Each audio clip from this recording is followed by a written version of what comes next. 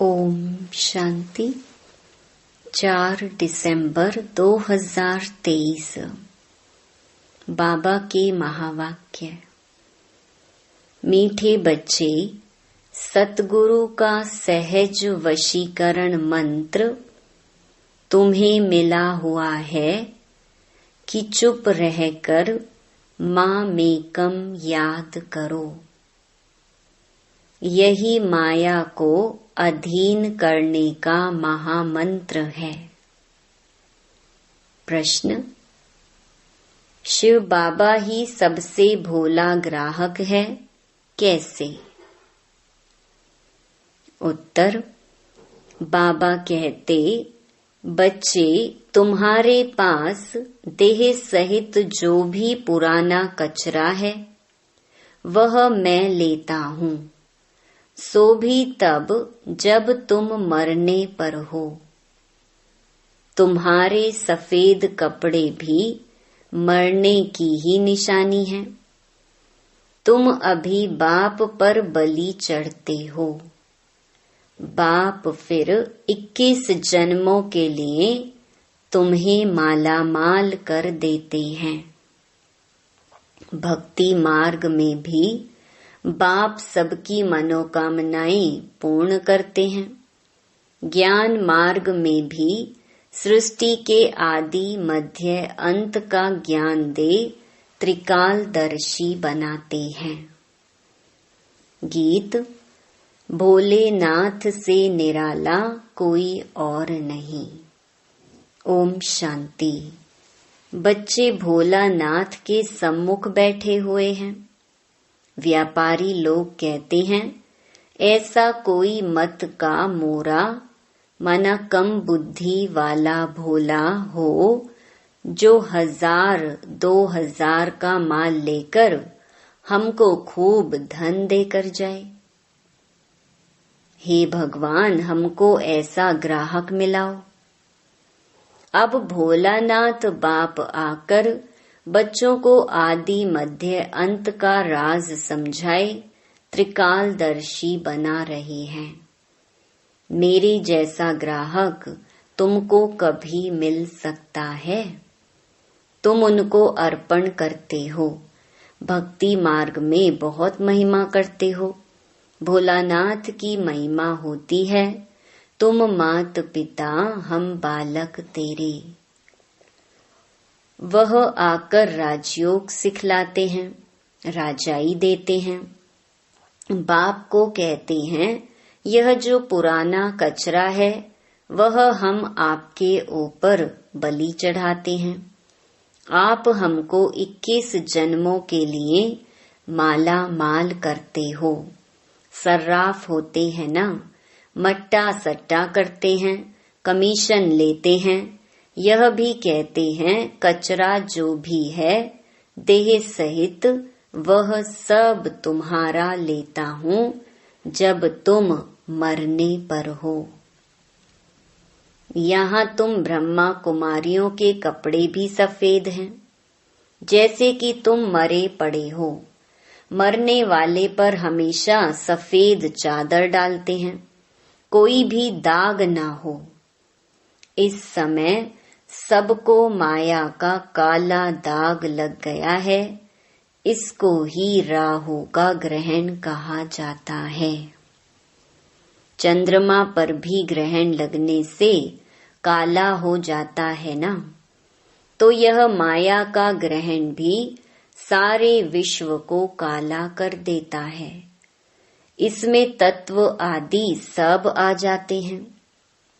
बाप बैठ समझाते हैं, यह तुम्हारा राजयोग है।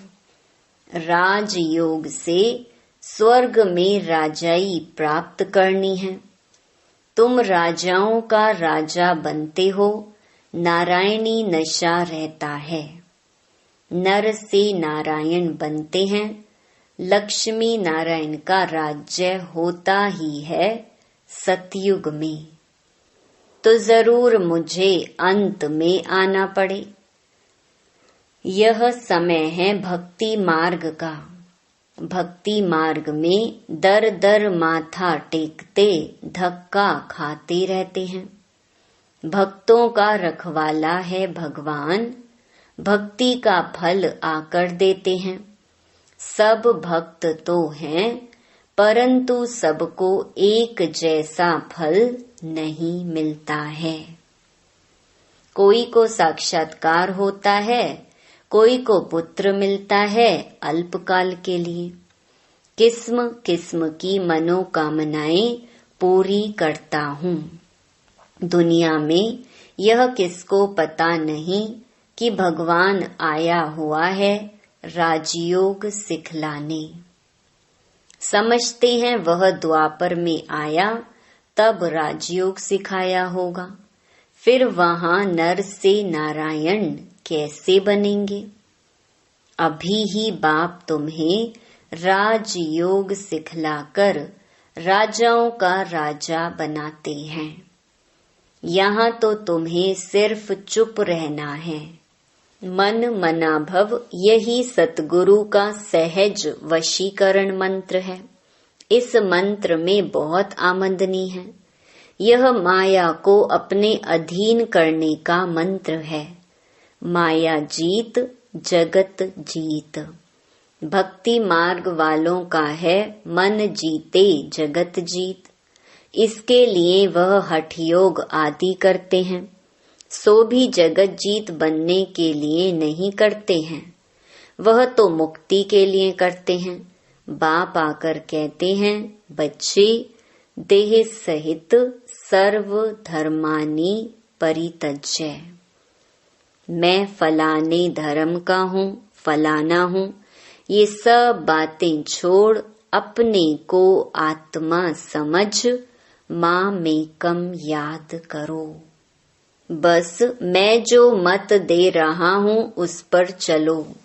बाकी अब तक जो अनेक मतों पर चलते आए उन सब की मत छोड़नी पड़ी, तो तुम्हारा ज्ञान बिल्कुल नया हो गया। समझते हैं इन्हों की बातें तो नई हैं। तुम बच्चे जब किसी को भी समझाते हो तो पहले उनकी नब्ज देखनी है। सबके सामने एक जैसी बात नहीं करनी है।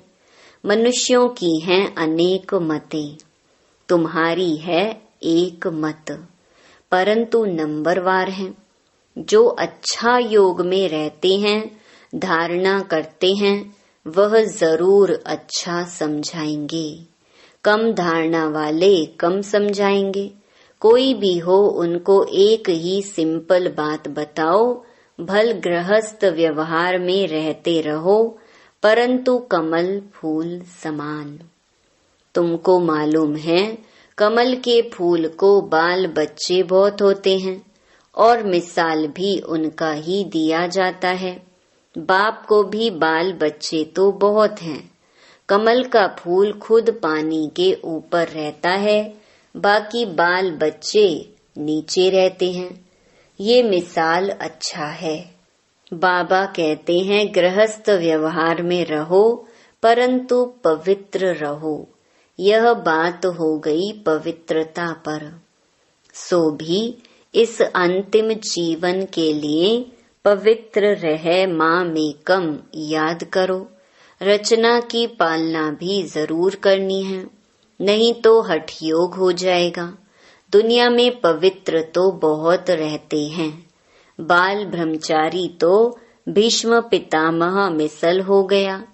अच्छा बाल ब्रह्मचारी वह जो स्त्री पुरुष दोनों इकट्ठे रहे, पवित्र रहे।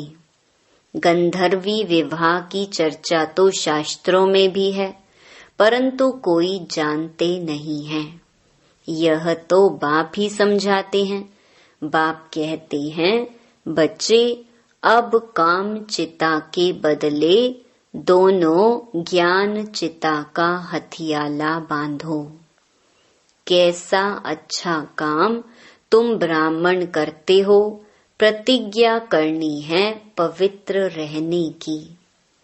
एक दो को सावधान करते तुम दोनों स्वर्ग में चले जाएंगे। यहाँ तुम इकट्ठे पवित्र रहकर दिखाते हो, इसलिए तुम बड़ा ऊंच पद ले सकते हो। मिसाल दिया जाएगा ना, ज्ञान चिता पर बैठ स्वर्ग में जाकर ऊंच पद पाते हैं। इसमें हिम्मत है बड़ी।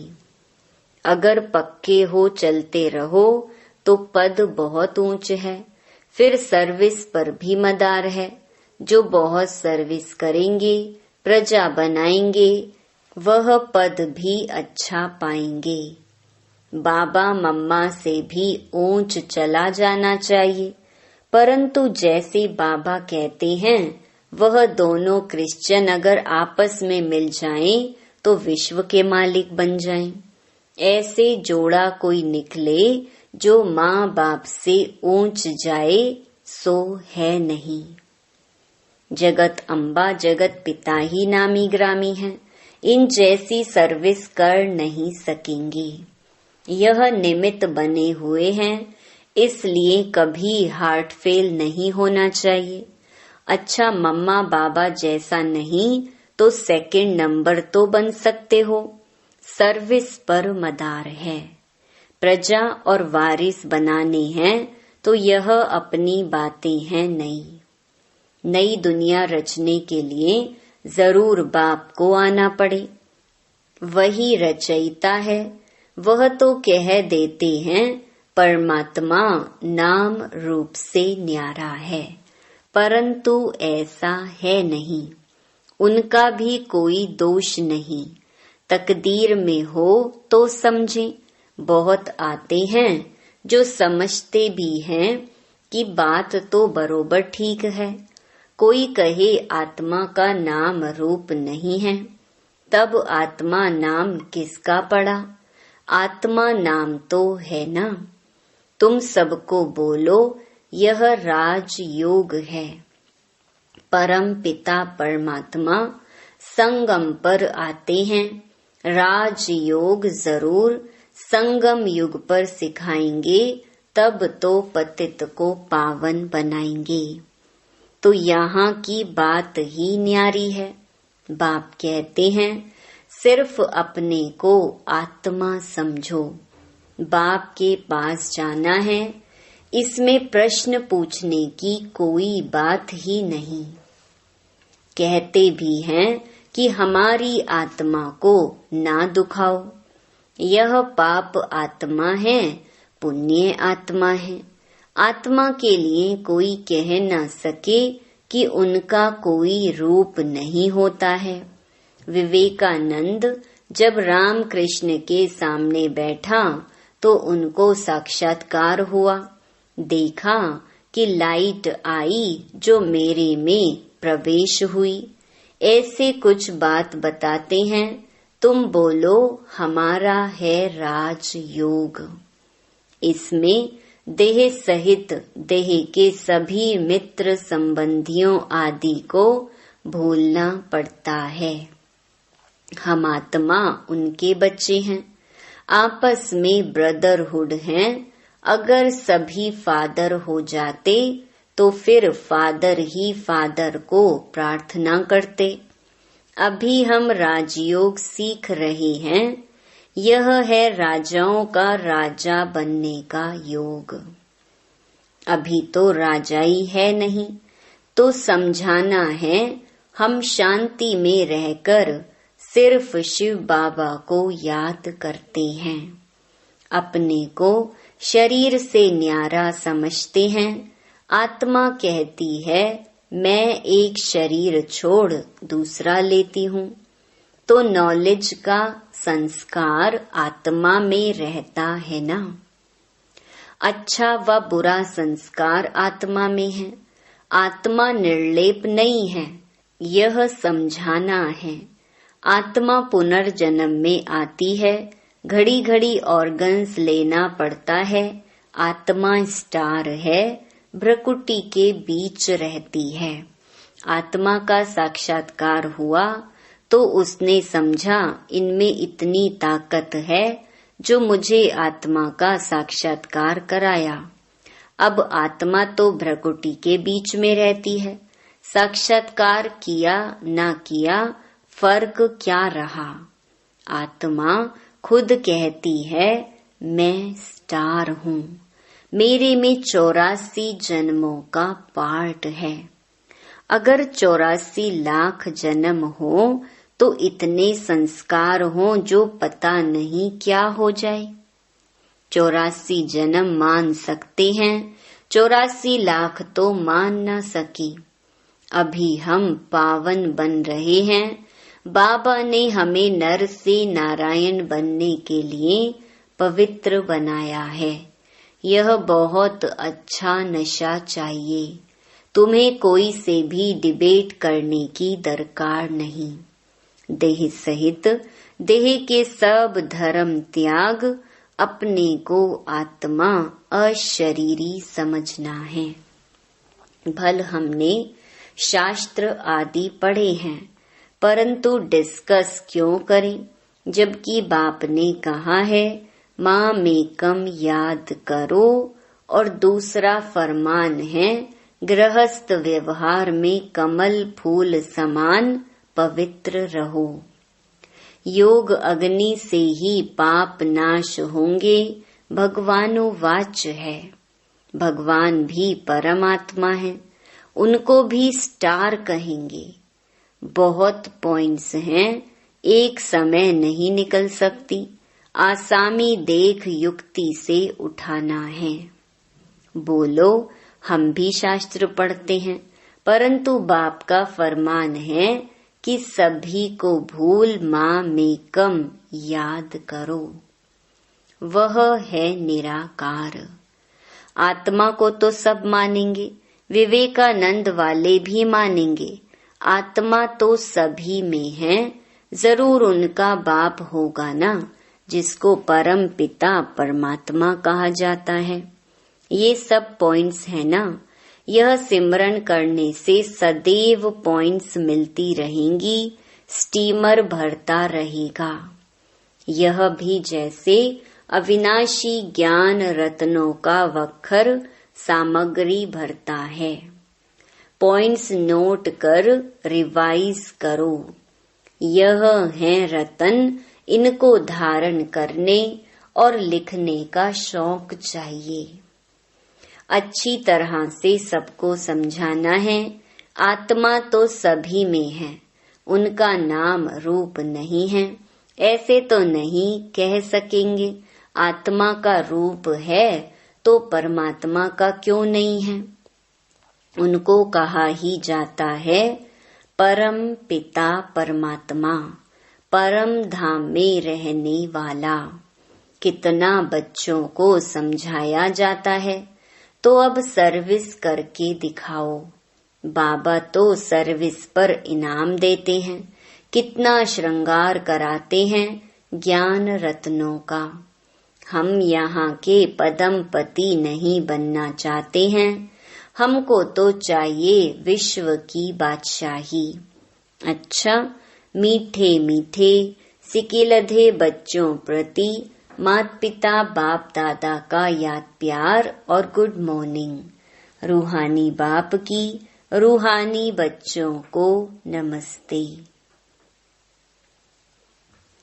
धारणा के लिए मुख्य सार। पहला, ज्ञान रतन जो मिलते हैं उन पर विचार सागर मंथन कर स्वयं में धारण करना है। ज्ञान रत्नों से सदा भरपूर रहना है। दूसरा, अपने नारायणी नशे में रहना है। वाहियात बातें किसी से भी नहीं करनी है। अशरीरी बनने का अभ्यास करना है। वरदान, दुआ और दवा द्वारा तन मन की बीमारी से मुक्त रहने वाले सदा संतुष्ट आत्मा भव। कभी शरीर बीमार भी हो तो शरीर की बीमारी से मन डिस्टर्ब ना हो। सदैव खुशी में नाचते रहो तो शरीर भी ठीक हो जाएगा। मन की खुशी से शरीर को चलाओ तो दोनों एक्सरसाइज हो जाएंगी। खुशी है दुआ और एक्सरसाइज है दवाई।